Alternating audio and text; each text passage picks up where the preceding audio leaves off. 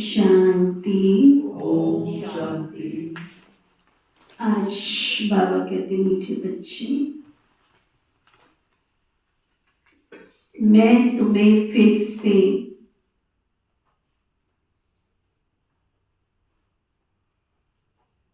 राजयोग सिखलाकर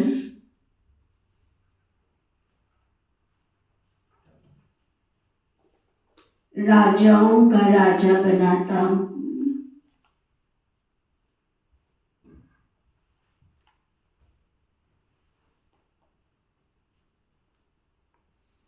इस फिर से शब्द में ही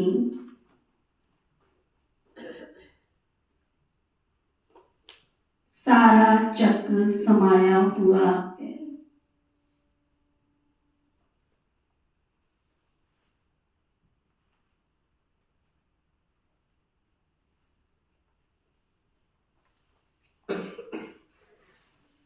कहने का मतलब बाबा का 5000 वर्ष पहले भी मैंने तुम्हें राजयोग सिखलाया था और अब भी सिखला रहा हूं। फिर बाबा पूछ रहे हैं, बाप भी प्रबल है,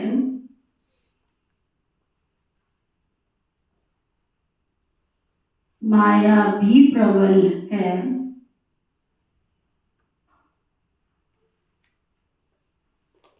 दोनों की प्रबलता क्या है? माया भी कोई कम नहीं तो क्या बाबा भी कम नहीं, दोनों ही प्रबल, दोनों ही शक्तिशाली, पर दोनों की प्रबलता में अंतर क्या है?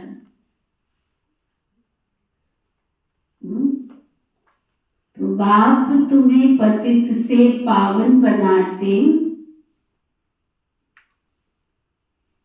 पावन बनाने में माँ बाप प्रबल है।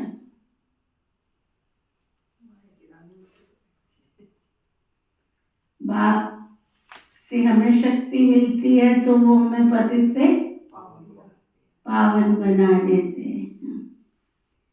इसलिए बाप को पतित पावन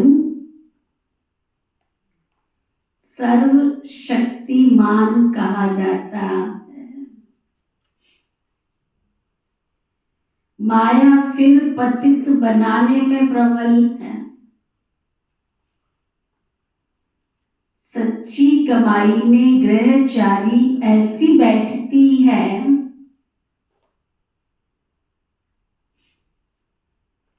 जो फायदे के बदले घाटा हो जाता है।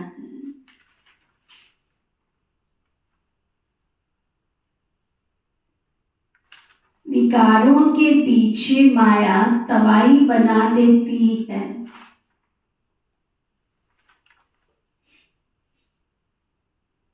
इसलिए बाबा कहते, बच्चे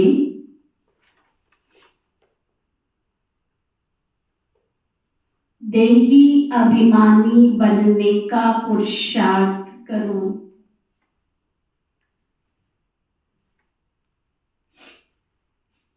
आत्म अभिमानी बनने का पुरुषार्थ करो ना। बाबा इतना शक्तिशाली कि हम घर गृहस्थ में रहते हैं तो भी बाबा हमें पति से पावन बना देते हैं, विकारी से निर्विकारी बना देते हैं, तमो प्रधान से सतो प्रधान बना देते हैं। गीत है, हमें उन राहों पर चलना है। अगर एक बार हमारे पुरुषार्थ में कोई ढीलापन आ भी गया तो हताश होके बैठना नहीं है। बाबा कहते फिर उठ जाओ। कोई कमी कमजोरी के कारण पुरुषार्थ में कोई अलबेलापन आया तो फिर से जागृति ले आओ। ये हिम्मत हार के बैठ जाओ मेरे से तो होगा नहीं, मैं तो कर नहीं सकता हूँ, नहीं ये तो बहुत मुश्किल मार्ग है। चींटी की कहानी सुनी है ना हम सब ने। महाराणा प्रताप का जीवन का उदाहरण सुना है ना हमने। जब महाराणा प्रताप हार गए थे और हारने के बाद जब वो गुफाओं में चले गए थे, छिप गए थे, उनकी शक्ति क्षीण होती जा रही थी। तो उस शक्ति को क्षीण होने से वो हताश होकर गुफाओं में बैठ गए थे। तो उन्होंने दीवार पर चलती हुई चींटियों को देखा और चींटियां अपना दाना लेकर जा रही थी, आ रही थी। तो उन्होंने देखा कि चींटी गिरी, फिर चली, फिर गिरी, फिर चली। कई बार उन्होंने देखा तो उस चींटी को लास्ट में देखा कि वो जिस स्थान पर पहुंचना था वहां पहुंच गई। उनके अंदर नई जागृति आ गई। एक छोटा सा जीव ये कार्य कर सकता है तो मैं हार मान के कैसे बैठ सकता हूँ। फिर उन्होंने अपने जो भी थोड़े से छोटे छोटे ग्रुप को, जो भी उनके नजदीक के लोग थे, उनको बुलाया, किया और करते करते फिर इसलिए महाराणा प्रताप का गायन है हिस्ट्री के अंदर। फिर उन्होंने मुगलों से विजय प्राप्त की। तो हमें तो माया पर विजय प्राप्त करनी है। तो बाबा कहते हैं पुरुषार्थ से हताश निराश नहीं होना है। फिर पुरुषार्थ करो, फिर प्रतिज्ञा करो, फिर दृढ़ता लेकर आओ। आज नहीं तो कल मंजिल पर पहुंच ही जाएंगे। ओम शांति। तुम बच्चों को किन राहों पर चलना है, जरूर राह बताने वाला होगा। मनुष्य रॉन्ग रास्ते पर चलते हैं तब दुखी होते हैं। अभी कितने दुखी हैं क्योंकि उनकी मत पर नहीं चलते। अगर भगवान की मत पर चले तो दुखी होने का कोई कारण ही नहीं बनता है। दुखी कब होते हैं? जब अपनी मनमत पर चलते हैं। सब उल्टी मत पर चलते आए हैं। जब से उल्टी मत देने वाले रावण का राज्य शुरू हुआ है, बाबा समझाते हैं तुम इस समय रावण की मत पर हो। तब हरेक का ऐसा बुरा हाल हुआ है। सब अपने को पतित कहते भी हैं। गांधी बापू जी भी कहते थे पतित पावन आओ। गोया हम पतित हैं, परंतु कोई भी मनुष्य समझते नहीं हैं कि पतित कैसे बने। चाहते हैं कि भारत में राम राज्य हो, परंतु ऐसा राम राज्य बनाएगा कौन? गीता में बाप ने सब बातें समझाई है, परंतु गीता के भगवान का नाम ही उल्टा लगा दिया है। बाबा समझाते हैं तुमने क्या कर दिया है? क्राइस्ट के बाइबल में पोप का नाम डाल दें तो कितना नुकसान हो जाए। ये भी एक ड्रामा है। कितना अच्छा राज बाबा ने बताया। बौद्धिस्ट का धम्पद शास्त्र है, उसमें बौद्धिस्ट का धम्पद शास्त्र में किसी और का नाम डाल दे, ऐसे कैसे हो सकता है? बाइबल में अगर पोप का नाम डाल दे तो ऐसे कैसे हो सकता है? बाबा कहते हैं ये तो उल्टा नुकसान हो जाए ना। परंतु ये भी एक ड्रामा है। बाप बड़े से बड़ी भूल समझाते हैं। ये आदि मध्य अंत का ज्ञान गीता में है। बाबा समझाते हैं मैं तुमको फिर से राजाओं का भी राजा बनाता हूँ। तुमने 84 जन्म कैसे लिए ये तुम नहीं जानते हो, हम तुमको बताते हैं। ये कोई भी शास्त्र में नहीं है। शास्त्र तो अनेक हैं, भिन्न भिन्न मतें हैं। गीता माना गीता। जिसने गीता गाई उसने राय दी है। कहते हैं मैं तुमको राजयोग सिखाने फिर से आया हूं। तुम पर माया का परछाया पड़ गया है, अभी फिर से मैं आया हूं। गीता में भी कहते हैं ना, हे भगवान फिर से गीता सुनाने आओ, अर्थात फिर से गीता की नॉलेज दो। गीता में ये बात है कि आसुरी सृष्टि का विनाश और दैवी सृष्टि की स्थापना फिर से होती है। गीता ही एक ऐसा शास्त्र है जिसमें पुराने का विनाश और नई की स्थापना सिखाई है कि धर्म स्थापना अर्थ में आता हूं। इसका मतलब पहले अधर्म था, फिर धर्म स्थापन करने के लिए ज्ञान दिया गया। गीता में ये बात है ना, फिर जरूर कहेंगे गुरु नानक फिर से आया अपने समय पर। चित्र भी दिखाते हैं। श्री कृष्ण भी फिर से वही मोर मुकुट वाला होगा। तो ये सब राज गीता में है, परंतु भगवान को बदल दिया है। हम ऐसे नहीं कहते कि गीता को नहीं मानते, परंतु ये जो उल्टा नाम मनुष्य ने डाल दिया है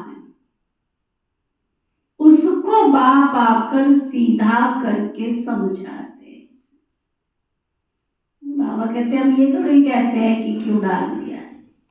गीता तो बहुत अच्छा धर्म शास्त्र है। गीता को मां कहा जाता है। सभी संसार के जितने भी शास्त्र हैं, चाहे वो बाइबल है, चाहे कुरान है, चाहे वेद है, उपनिषद है, हनुमान चालीसा, दुर्गा चालीसा, कितने भी ग्रंथ हैं, किसी के ऊपर मां शब्द नहीं आता है। लेकिन गीता को क्या कहते हैं? गीता मां।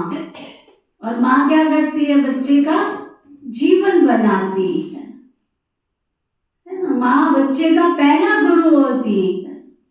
तो गीता के ज्ञान के द्वारा मनुष्य के जीवन की उन्नति होती है, जीवन का नव निर्माण होता है।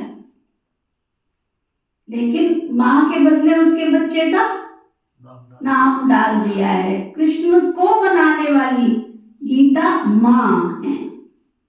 तो बाबा कहते बाप आकर सीधा करके समझाते हैं।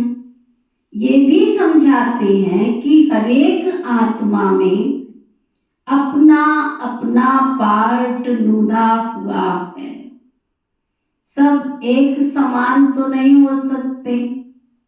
जैसे मनुष्य माना मनुष्य, वैसे आत्मा माना आत्मा। परंतु हरेक आत्मा में अपना पार्ट नुदा हुआ है। ये बातें समझाने वाला भी बड़ा बुद्धिमान चाहिए। बाबा जानते हैं कौन समझा सकते हैं, कौन है जो सर्विस करने में मददगार है। क्या कहा बाबा ने? बाबा को पता है, सब कुछ पता है। कौन कौन बाबा का समझा सकते, पहचान दे सकते, कौन बाबा की सेवा कर सकते, कौन मददगार है, सब पता है। और तो और बाबा को क्या पता है? क्या पता है? कि तुम्हारी बुद्धि की लाइट क्लियर कितनी है। देही अभिमानी बनकर कितना रहते हो, सब बाबा को पता है। किसी का झूठ फरेब यहाँ चल नहीं सकता, सब कुछ बाबा को पता है। सब तो परिपूर्ण देही अभिमानी नहीं बने हैं, ये तो अंत में रिजल्ट होगी। अभी कोई समझे कि मैं बहुत शूरवीर हूँ, महावीर हूँ। बाबा की एक बार संदेश आया था, हमारी बच्चियां चल रही थी, तो बाबा का बहुत अच्छा महत्वपूर्ण संदेश आया। बाबा ने कहा कि मैनेजमेंट के हिसाब से आपको लगेगा कि ये महारथी है, ये तो बहुत बड़ा है और ये तो बहुत ऐसा है, इतने सेंटरों का मालिक है, इतना ये है ये है। बाबा ने कहा मेरे पास ऐसे बच्चों का रजिस्टर नहीं है। बाबा ने कहा मेरे पास दो तरह के बच्चे हैं, एक है गुप्त पुरुषार्थी। मैनेजमेंट के हिसाब से आपको वो सामने वाला बड़ा लग रहा है, और जिसको आप तुच्छ समझते हो, छोटा समझते हो, साधारण समझते हो, बाबा की लिस्ट में वो नंबर 1 पर है। जब बाबा का ये संदेश आया तो सब एकदम हिल गए थे कि आप ये मत समझो कि बाहर से कोई इस यज्ञ को संभाल रहा है तो वो बहुत बड़ा है, लेकिन बाबा के ऐसे गुप्त पुरुषार्थी जिनकी धारणा इतनी अच्छी है, जैसा बाबा चाहता है वैसे चल रहे हैं। बाबा के पास ऐसे गुप्त पुरुषार्थियों की बहुत बड़ी लिस्ट है ना। हम कहेंगे फलानी दीदी तो इतने सेंटर संभाल रही है, वो बहुत बड़ी है, फलाना भाई तो इतनी यज्ञ की सेवा करता है, वो बहुत बड़ा है। लेकिन यहाँ नंबर सारी हमारी अंदर की मनोस्थिति, अंदर की धारणाएं, अंदर के गुप्त पुरुषार्थ का, और उसमें भी सबसे ज्यादा हमारे सच्चाई का, सफाई का नंबर है ना?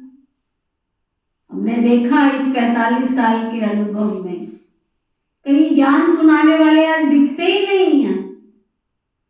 बहुत अच्छा ज्ञान सुनाते थे, उनके द्वारा कई आत्माएं बाबा के बच्चे बने, लेकिन जाके कईयों ने शादी कर ली, कईयों ने घर बसा लिया, कई नौकरी करने लग गए, कहीं कहीं पर चले गए।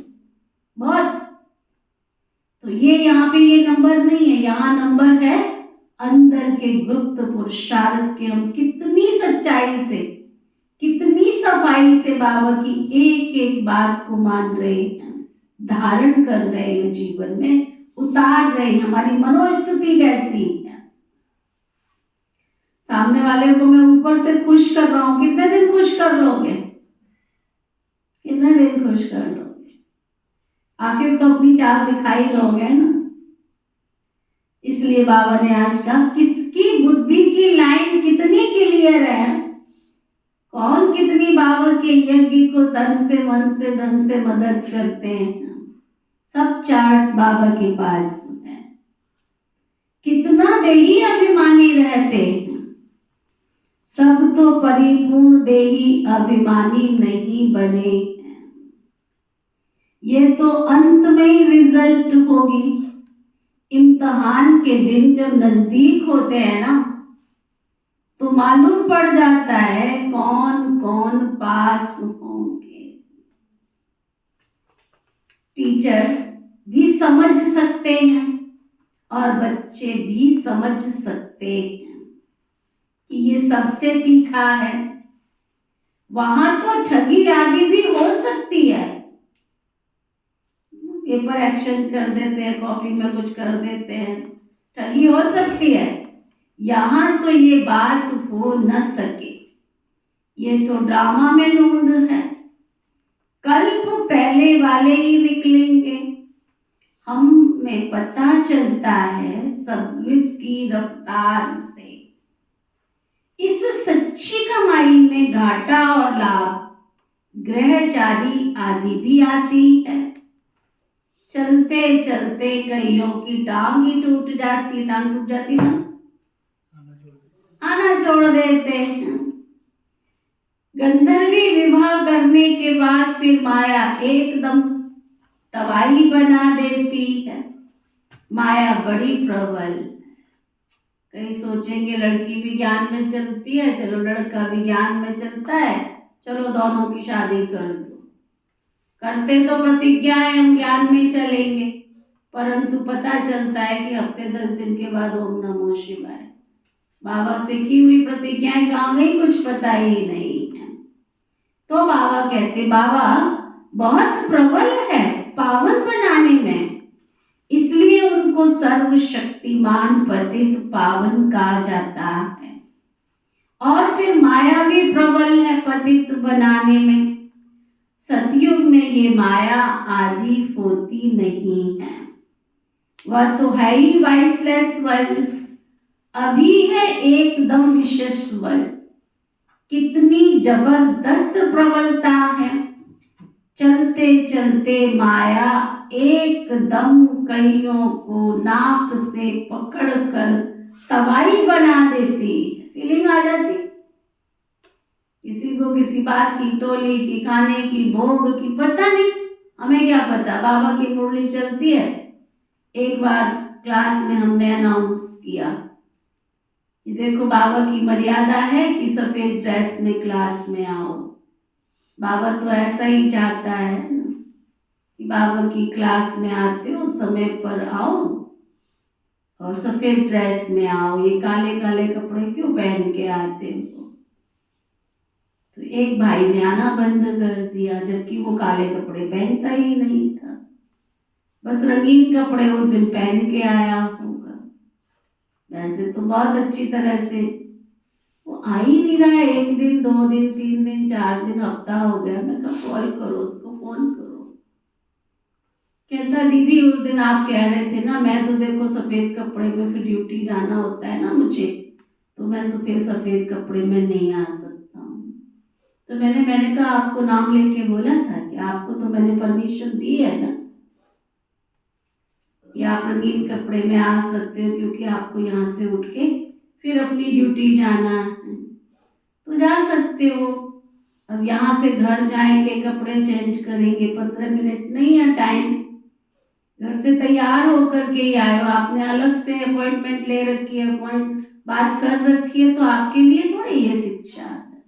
कहते अच्छा मैंने समझा ऐसे। तो बात कही जाती है, कुछ लग जाती है किसी और को, तो फीलिंग लेके ही बैठ जाते हैं। वेरीफाई तो करो ना, पूछो तो सही ना। तो वो बाबा कह रहे हैं कईयों को माया नाक से पकड़कर, नाक माना फीलिंग में आ जाते। किसी को भोग नहीं मिला, अरे भूल गए नहीं मिला, मैं भी तो आया था बहन जी, उसको तो भोग दे रही थी, मुझे नहीं दिया। अगर तुझे नहीं दिया तो कम से कम तू आके अधिकार से कह कि दीदी मैंने भी भोग नहीं लिया है, उसको तो आवाज दे के दिया था, मुझे नहीं दिया। ऐसी ऐसी बातें भी कई लोगों को फीलिंग आ जाती है कि हम अरे लाइन से सब भोग ले रहे थे, ध्यान में आया कि उसने भोग नहीं लिया है। कायदा ये कहता है भोग मिल रहा है, सब लाइन से पहले भोग ले लो, उसके बाद सेवा में लगो, है ना। नहीं लिया तो ध्यान में नहीं रहा, तो बाबा के कमरे में जाके बैठ गया, सपना आया है कि तू बाबा के कमरे में बैठ गई है कि बैठ गया है, बस इतनी सी बात पे फीलिंग आ गई। तो ये कोई ज्ञान में चलने वाले बच्चे हैं, कहां से माया कब किसको आ जाती है। बाबा कहते इतनी प्रबल है कि फारकती दिला देती है, इतनी प्रबल है। भले सर्वशक्तिमान परमपिता परमात्मा को कहते हैं, परंतु माया भी कोई कम नहीं है। आधा कल्प उनका राज्य चलता है, ये कोई थोड़े ही जानते हैं। सुना अब एक और भाई का समाचार, मैंने कहा तुम बहन आती है, तुम्हारा पति भी ज्ञान में चलता था, वो क्यों नहीं आता है। कहते दीदी उनको है ना नींद बहुत आती है, उनको ये प्रॉब्लम है, उनको थायराइड की प्रॉब्लम है, उनको बैठे बैठे नींद बहुत आती है। तो मैंने कहा अच्छा तो कोई बात नहीं है, कुछ तो कान में जाएगा, आने दो ना। कहते नहीं, वो फिर उनको डर लगता है कि आप क्लास में बोल दोगे कि ऐसे ऐसे तुम सो क्यों रहे हो, जगो उठो। तो मैंने कहा तुमको कैसे पता? कहते एक दिन क्लास में आपने किसी को बोल दिया उठ के खड़े हो जाओ, तुम सो क्यों रहे हो। लो जी।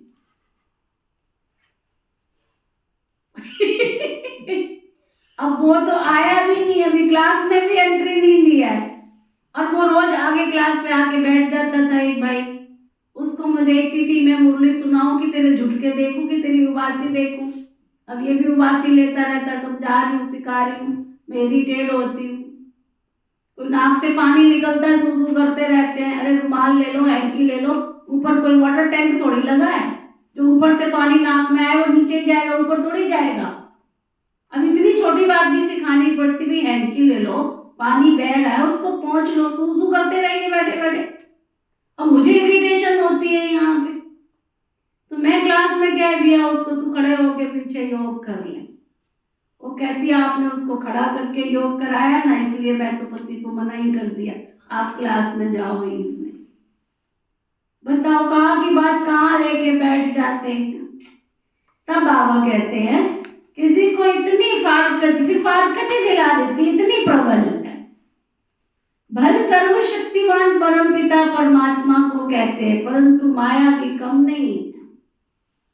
आधा कल्प उनका राज्य चलता है, ये कोई थोड़े ही जानते हैं। दिन और रात आधा आधा होता है ना, ब्रह्मा का दिन और ब्रह्मा की रात। फिर भी सतयुग को लाखों वर्ष, कलयुग को कितने वर्ष दे देते हैं।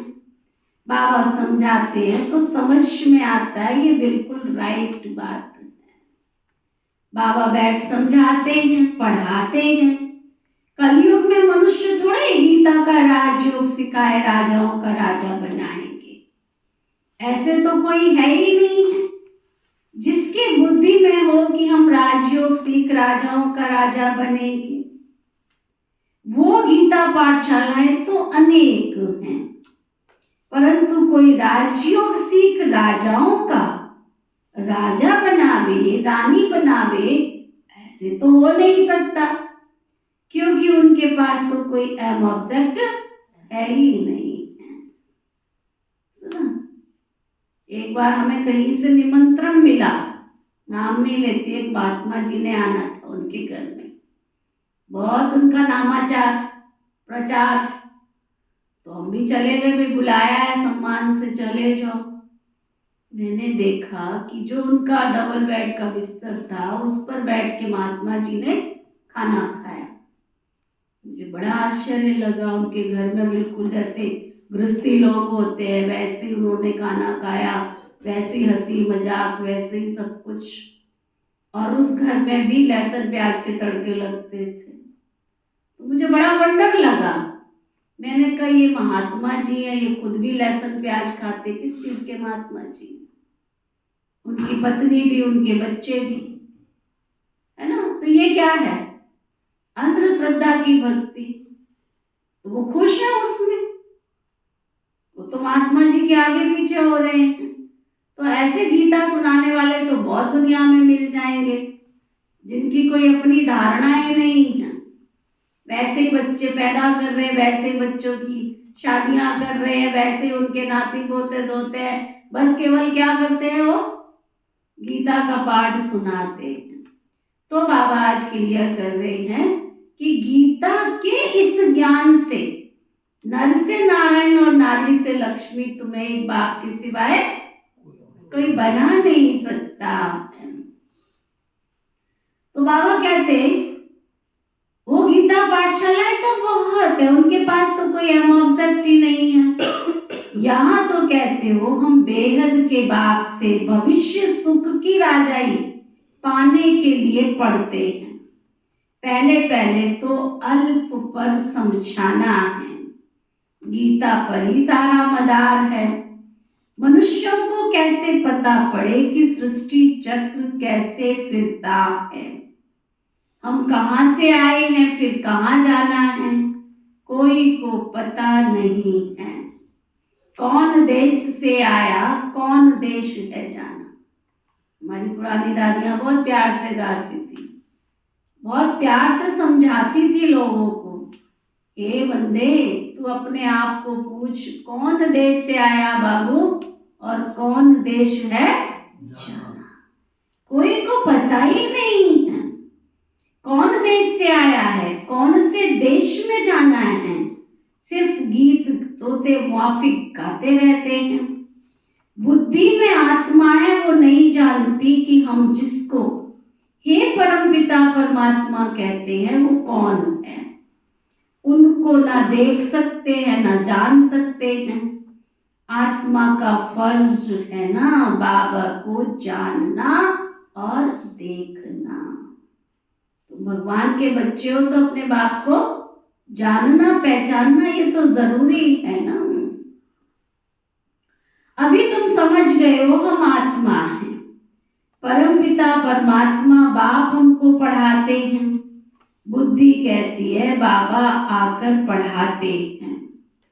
जैसे किसकी आत्मा को बुलाते हैं तो समझते हैं ना उनकी आत्मा आई है। तो तुम समझते हो हम आत्मा हैं, हमारा वो बेहद का बाप है। तो बाप से जरूर वर्षा तो मिलना चाहिए ना। हम दुखी क्यों हुए हैं? मनुष्य तो कह देते हैं बाप ही सुख देने वाला है, भगवान को गाली देते रहते हैं, वो है आसुरी संतान।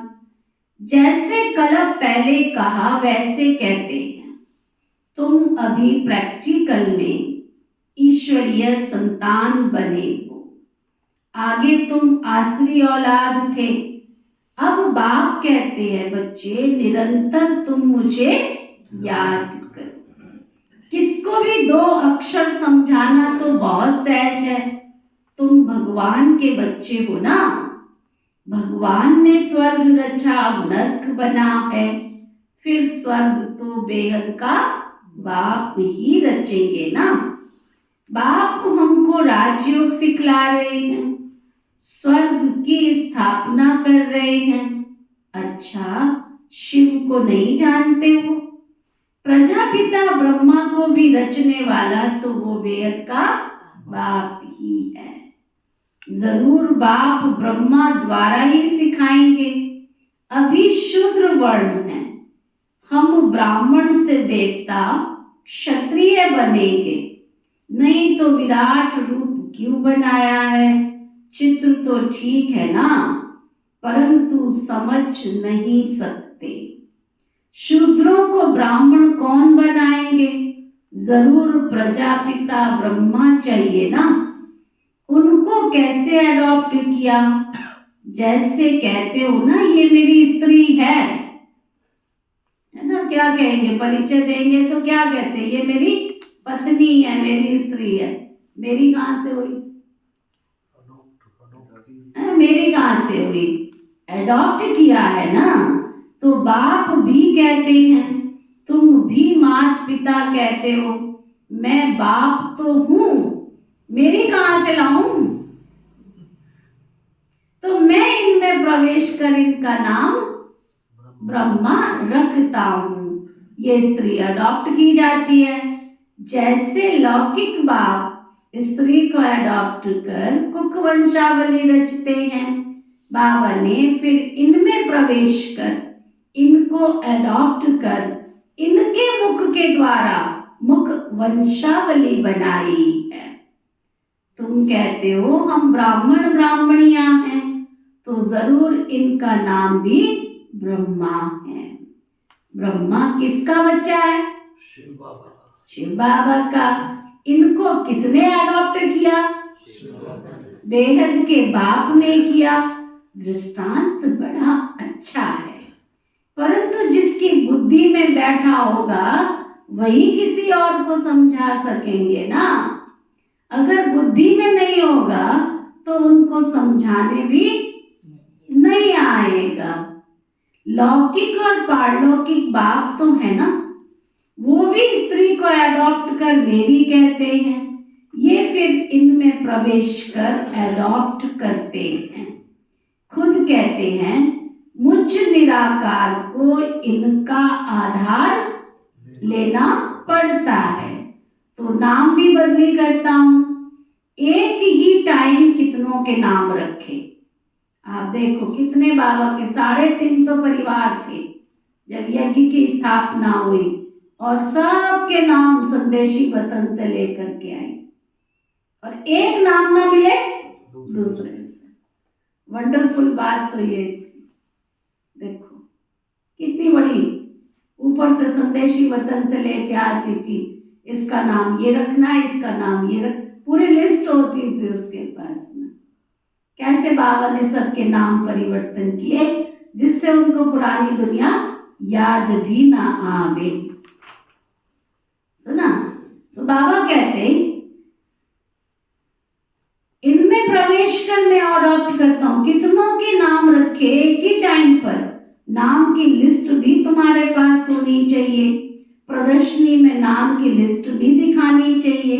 बाबा ने कैसे एक ही समय पर कितने सुंदर नाम रखे, और ऐसे नाम रखे कि संसार में किसी और के वो नाम से मिलते ही नहीं। ना पुष्पा बहुत लोगों का नाम होगा लेकिन पुष्प शांता, कमल बहुतों का नाम होगा लेकिन कमल मणि दादी, प्रकाश बहुतों का नाम होगा लेकिन प्रकाश मणि दादी, है ना? बहुतों के नाम होंगे, हृदय प्रकाश होगा कईयों का नाम, हृदय मणि दादी, कैसे कैसे नाम, मन मोहिनी, मोहिनी बहुतों के नाम होंगे लेकिन मन मोहिनी किसी का नहीं होगा, है ना? कितने सुंदर नाम वतन से आए, गुणों के आधार पर, जैसे जिसके दादियों की विशेषता थी उस विशेषता के आधार पर नाम आए बाबा के पास से। सुना? तो बाबा कहते, बाबा ने हमको अपना बनाया तो नाम बदलाया, उनको भृगु ऋषि कहते हैं। देखो कितनी गहरी बात है। भृगु ऋषि कहते हैं। जन्म पत्री तो सबकी भगवान के पास है, तो ना सबकी जन्म पत्री, मेरी तेरी सबकी जन्म पत्री सब भगवान के पास है।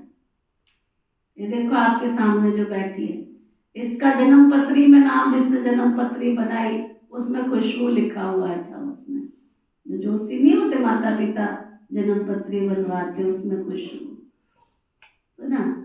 फिर हमारे जो लौकिक में रिवाज है कि बुआएं नाम रखती हैं बच्चों के, तो नाम रखा नूतन, तो ना।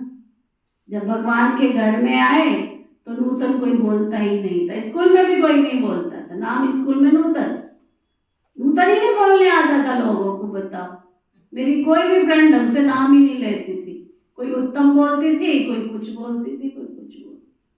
जब भगवान के घर में आए तो हमारी दादियों ने कभी नूतन नाम ही नहीं लिया, वो कभी नूतू बोलती थी, कभी कुछ बोलती थी। जब अम्बाला आए तो हमारे कृष्णा दीदी ने बिल्कुल ही चेंज कर दिया, वो पहले दिन से ही कहते हैं भाई ये नूतन नाम तो अटपटा सा है, ये नहीं यहाँ चलेगा, तुम्हारा नाम चेंज करना है, और कर दो, बुलाना तुमने कर दो। फिर उन्होंने पहले दिन से नाम चेंज किया, फिर नीति नाम रख दिया, सुना कि आज से तुम नीति वचन सुनाएगी, फिर तुम नीति नाम है तुम्हारा। क्लास में किसी को नूतन मत बताना। तो क्लास में जब पहले दिन प्रवेश हुआ, इंट्रोडक्शन कराया, भाई तुम्हारा नाम क्या है, कितने नीति है, ठीक है भाई नीति है, तब से नाम नीति चला आया। अब कहीं कोई नूतन के नाम से जानता है, कहीं कोई नीति के नाम से जानता है। फिर एक सर्वे हुआ, हमारे रामनाथ भाई हैं टोली डिपार्टमेंट में, उनसे डिस्कशन हुई, नूतन नाम की Brahma Kumari all over world में नहीं निकली, पूरी 46,000 बहनों में नूतन नाम की ब्रह्मा कुमारी कोई नहीं। फिर मैंने कहा चलो फिर इस दूसरे नाम की सर्वे कर लिया जाए, नीति नाम की ब्रह्मा कुमारी कोई ऑल ओवर वर्ल्ड में नहीं। अनीता मिलेगी, नीता मिलेगी, नीतू मिलेगी, नीति नाम की नहीं ना। तो ये भी वतन से आया हुआ नाम है।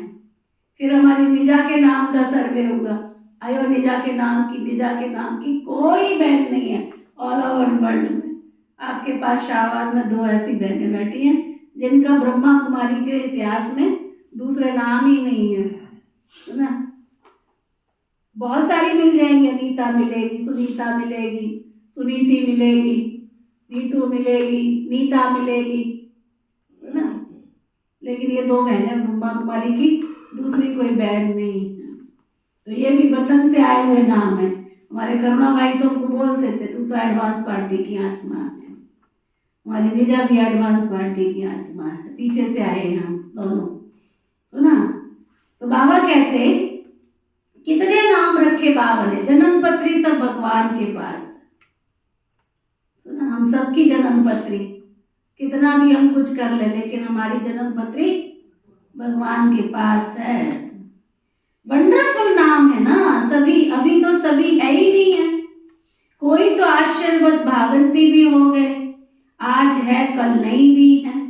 नंबर 1 दुश्मन है काम, ये काम विकार तो बहुत तंग करता है, उस पर जीत पानी है। गृहस्थ व्यवहार में इकट्ठे रहकर उन पर जीत पानी है, ये है सबसे बड़ी प्रतिज्ञा। अपनी वृत्ति देखनी है, कर्म इंद्रियों से कोई विकर्म तो नहीं किया, खुद ही चेक करो। आज मेरी आंख ने धोखा तो नहीं दिया, मैंने निंदा चुगली सुनी आज तो इसका मतलब मेरे कान ने धोखा दिया। मेरी आंखों ने कोई उल्टा सुल्टा देखा तो इसका मतलब आंखों ने धोखा दिया। जीभ लालायमान हो गई, कोई पकौड़े समोसे कुछ देखा इधर से उधर से, चल कोई नहीं देख रहा, खा लो क्या होता है, एक टुकड़ा ही तो खाया है मैंने, कौन सा मैंने ज्यादा खाया, इतने तर्क दे के खाया तो क्या खाया। देखो आत्मा उस समय खाने से पहले बोलती है ना ये नहीं खाना है, फिर हम क्या तर्क देते, नहीं इसमें तो कहीं नाम भी नहीं लिखा है, अच्छा इसमें तो ऐसा कुछ भी नहीं है, नहीं ये तो खा ही सकते हैं। तो आधा घंटा तो उसको सोचने में लगाया, फिर भी क्या किया, जीव ने धोखा दे दिया, खा ले, कुछ नहीं होता, कुछ नहीं होता। होता कैसे नहीं है, जैसे वो अन्न गया और उस अन्न ने अपना प्रभाव दिखाना शुरू कर दिया, क्योंकि अन्न का प्रभाव मन पर पड़ता है। तो अपनी वृत्ति देखनी है, कर्म इंद्रियों से कोई विकर्म तो नहीं किया। मैं अपने आप को कई बार देखती हूँ, तो इसमें पास है, कितनी भी मेरी फेवरेट चीज हो लेकिन मुझे पता चल जाएगी अशुद्धिकरण वाली है, मेरे अंदर नहीं जाएगी। कितनी भी प्यास लगी हो, पानी भी अंदर नहीं जाएगा। इसमें तो बाबा ने मुझे पास कर रखा है, ऐसी वैसी चीज यहाँ से क्रॉस ही नहीं होगी ना। ये एक अन्न शुद्धि की धारणा हमारे मन को सशक्त बनाती है। अगर ये बात हम ब्राह्मण आत्माओं के अंदर चली जाए और कोई कहे मेरा योग नहीं लगता, ये हो ही नहीं सकता। जितना आपका शुद्ध अन्न होगा उतना आपका मन शुद्ध होगा, और जितना आपका मन शुद्ध होगा उतना ही बाबा के साथ आपकी प्रीत की डोर, लगन की अगन, वो योग की अग्नि प्रज्वलित होगी जिससे पाप नाश होते हैं। अपनी वृत्ति को देखना है, कर्म इंद्रियों से कोई विकर्म नहीं करना है। तूफान तो सबको आते हैं, इसमें डरने की बात थोड़ी है। बाबा से बहुत बच्चे पूछते हैं हम ये धंधा करें या ना करें। बाबा लिखते हैं मैं तुम्हारे धंधे आदि को देखने आया हूं क्या, मैं तो टीचर हूं, तुमको पढ़ाने के लिए आया हूं, धंधे की बात हमसे क्यों पूछते हो। मैं तो राजयोग सिखाता हूं, रुद्र यज्ञ भी गाया हुआ है, श्री कृष्ण यज्ञ नहीं। बाबा कहते हैं लक्ष्मी नारायण में ये सृष्टि चक्र का ज्ञान ही नहीं। बाबा ने क्यों कहा कि पूछने आते, बाबा तो कहता है मेरे से गाइडेंस लो, बाबा तो कहता है राय पूछो। ये बाबा ने उनके लिए कहा जो अशुद्ध कारोबार करते। अब अशुद्ध कारोबार क्या होता है, अशुद्ध कारोबार क्या होता है, जो चीज मना है जो उनका कारोबार, बीड़ी सिगरेट शराब, ऐसे कईयों के बहुत धंधे थे। हमारे दिल्ली के कमांडर साहब थे, उनका शराब का धंधा था जब वो बाबा के घर में आए, और ऐसी वैसी शराब का धंधा नहीं, करोड़ों के मालिक थे, करोड़ों के, बहुत बड़ा कारोबार था उनका पूरा। अब वो बाबा के बच्चे बने, क्या करें, क्या करें उस कारोबार का। करेंगे तो पाप चढ़ेगा, जितना पुण्य नहीं करेंगे उतना पाप चढ़ेगा। अब इसमें पूछने की क्या जरूरत है कि मैं धंधा करूं या ना करूं, बाबा क्या इस पर राय देंगे करूं या ना करूं। बाबा क्या राय देंगे। तब उन कमांडर साहब ने, उनका एक बेटा था, दो बेटियां, एक आरती बहन जो हमारी आरती इंदौर की जो आरती दीदी है ना, वो उनकी बेटी, एक विभा नाम, प्रभा नाम, ऐसे कुछ नाम है उनका, वो इधर ये रोहतक में है। उनका बेटा, इकलौता बेटा, सारा कारोबार चेंज किया उन्होंने, खत्म किया बाबा का बच्चा बनने के बाद। कितने दूसरा कारोबार तो आता नहीं था, असफलता मिली कई कारोबार में उनको, वो थोड़ी देर की असफलता थी। आज देखो हमारी आरती दीदी इंदौर जोन की इंचार्ज, यज्ञ में नाम है आरती दीदी का, है ना। फिर उन्होंने जो ब्रेड का धंधा किया, ब्रेड की फैक्ट्री डाली, वो भी नहीं चली, है ना। फिर कहीं जाके कोई कारोबार आगे का मुझे याद नहीं है, वो कारोबार सेट किया, लेकिन बाप की आज्ञा मानी ना। उस समय तो लगेगा हमें कि ये क्या होगा हमारे साथ, लेकिन निश्चय है तुम्हें, तुम किसके आधार पर जा रहे हो, तुम्हें क्या भविष्य की प्राप्ति करनी है, तुम्हें पता है। बाबा से पूछने की जरूरत नहीं है। अब कहीं आगे बहन जी इस हालत में मैं शादी करूं या ना करूं, मेरे माता को भी दिक्कत आ रही, मेरे पिता को भी दिक्कत आ रही, बाबा क्या बताएगा इसमें। तू अंदर से चाहता है ना कि शादी करनी है मुझे, बाबा से पूछने मत आ। फिर बाबा को मुरली ऐसी चलानी पड़ जाती, मैं तुम्हारे इन धंधों के लिए नहीं आया हूं। जो निश्चय बुद्धि होगा ना, वो बाबा की 3 पेज की मुरली से समझ लेगा। समझदार को इशारा काफी, समझाने की जरूरत नहीं पड़ती। हमारे पास आता था एक भाई, उसका नाम था डाला राम, ये शीला जानती होगी उसको, डाला राम, बेचारा बुजुर्ग था।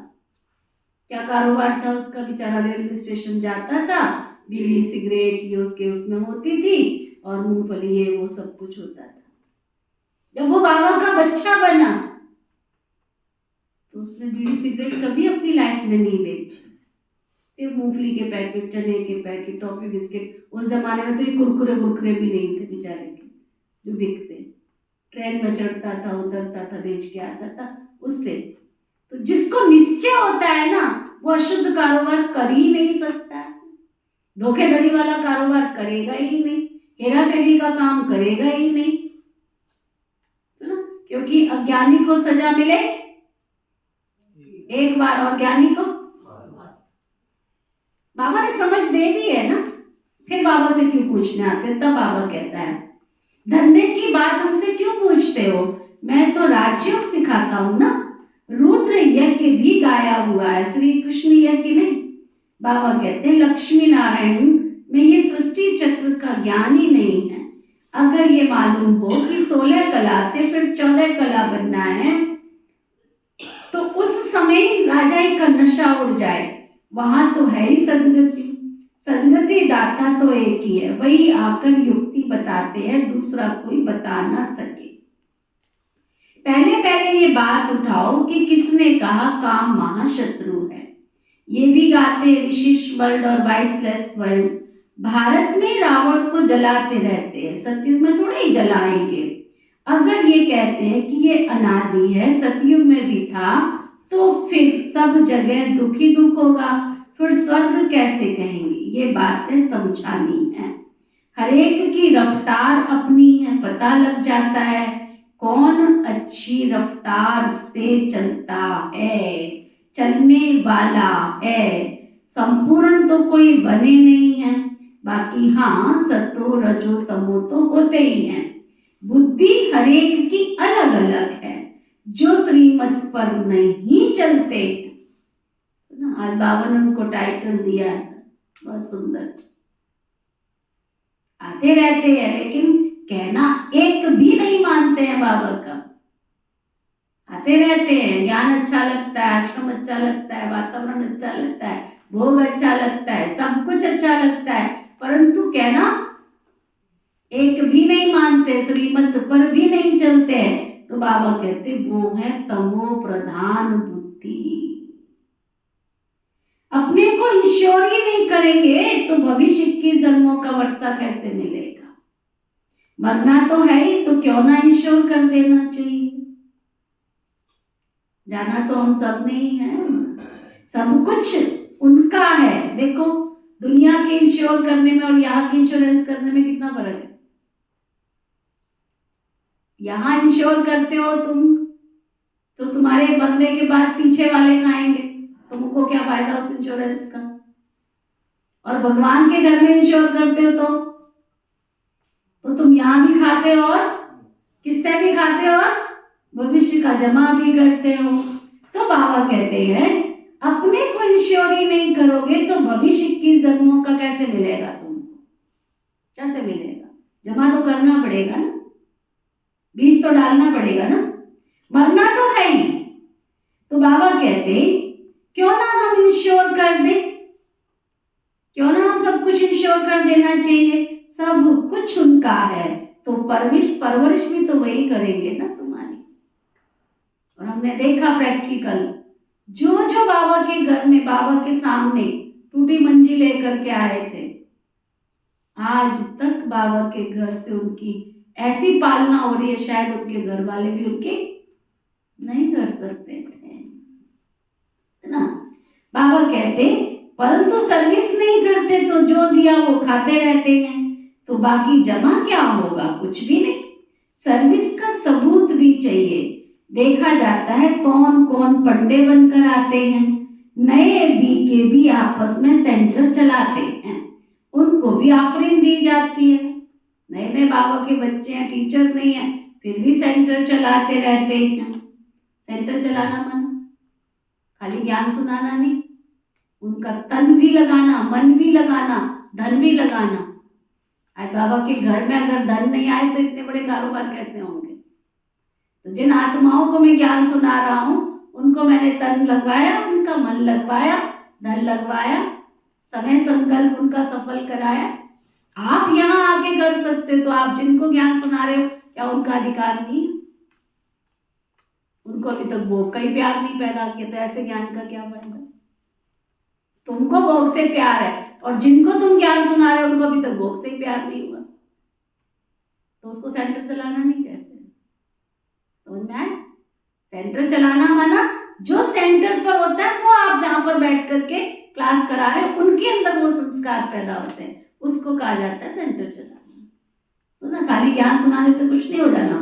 नए बी के जो सेंटर चलाते हैं, है ना। हम गए थे, साउथ में गए थे, और साउथ में हम गए थे मद्रास टू कन्याकुमारी, है ना। मदुरई के कनेक्शन में हमने देखा कम से कम 25-30 सेंटर केवल भाई चलाते, कुमार, और 5-5 मंजिल के इतने बड़े बड़े बाबा के घर बने हुए, केवल भाई चलाते, 2 भाई 3 भाई, बस। कोई टीचर है ही नहीं तो क्या करे, है ना। और बड़ी क्लास, किसी की 150 की, किसी की 200 की, किसी की 250 की, और पूरा तरीके से ब्रह्मा भोजन बनता है, तरीके से भोग बनता है। सब बनाने वाले कुमार होंगे तो कुमारी निकालेंगे, ना।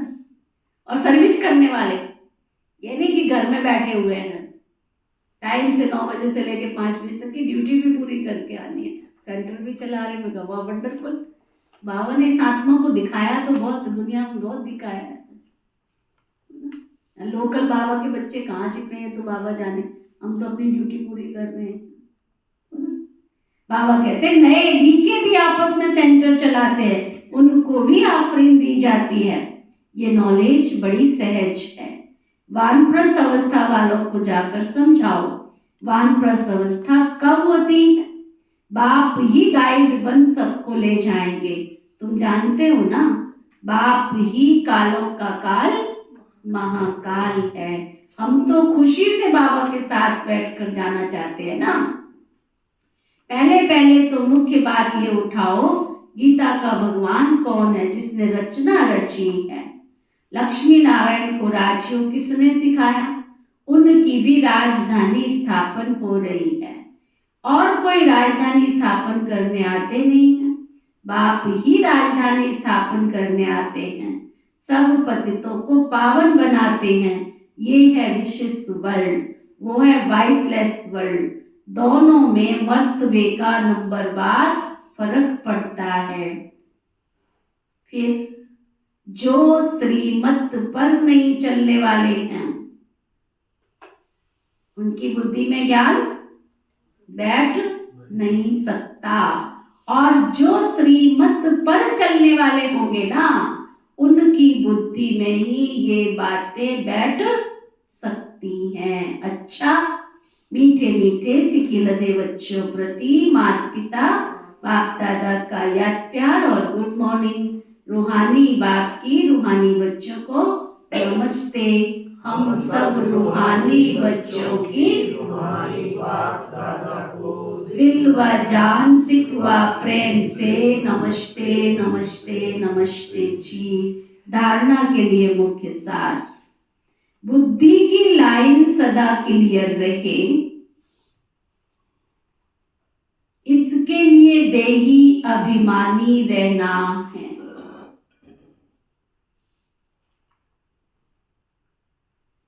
सच्ची कमाई में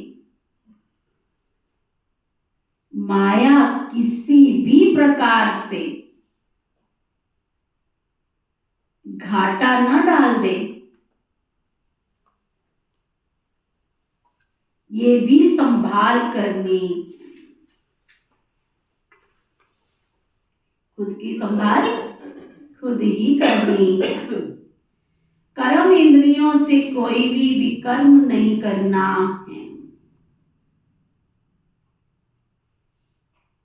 बाबा कई बार कहते हैं मन में आ जाए भले आ जाए, परंतु कर्म इंद्रियों से कभी भी मत करना। इंश्योर करने के बाद, भले आपने अपना तन मन धन लगाया है, इंश्योर करने के बाद सर्विस भी जरूर करनी।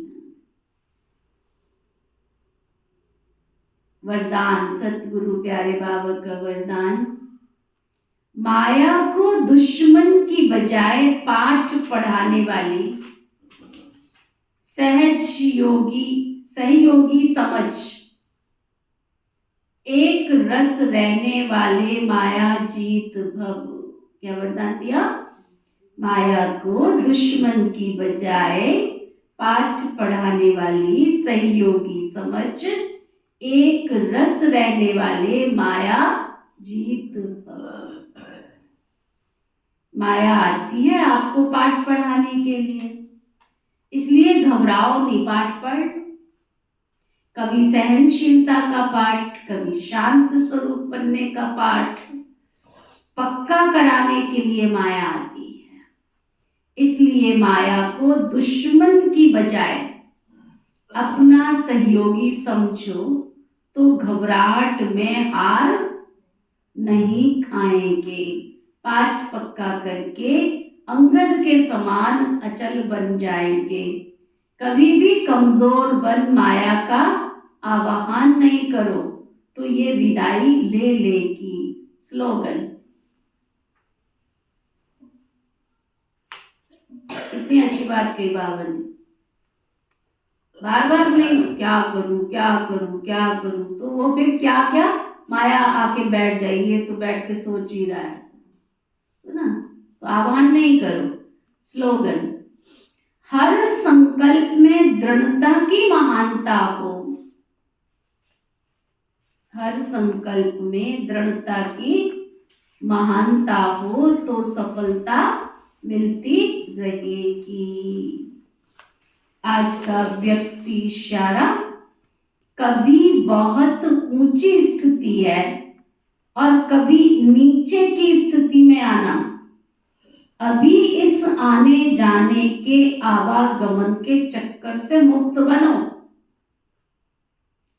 वे लोग जन्म मरण के चक्कर से छूटने चाहते हैं और आप स्मृति विस्मृति के आवागमन का जो चक्कर है इससे मुक्त होने का पुरुषार्थ करो। सदैव अपने संपूर्ण स्वरूप का आवाहन करेंगे। कितनी गहरी बात बाबा बता रहे। अगर आपके सामने लक्ष्मी का रूप है या नारायण का रूप है तो नारायण और लक्ष्मी तो व्यर्थ के चक्करों में पड़ते नहीं। तो बाबा कहते हैं अगर आपका संपूर्ण रूप आपके सामने है तो व्यर्थ की बातों से स्वतः ही किनारा हो जाएगा और आप आवागमन के चक्कर से भी छूट जाएंगे। उपलब्धि कितनी बड़ी है।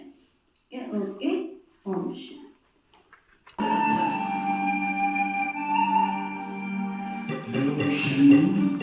ये जहां जिनके दम पर वो बाबा कुर्बान है हम पर।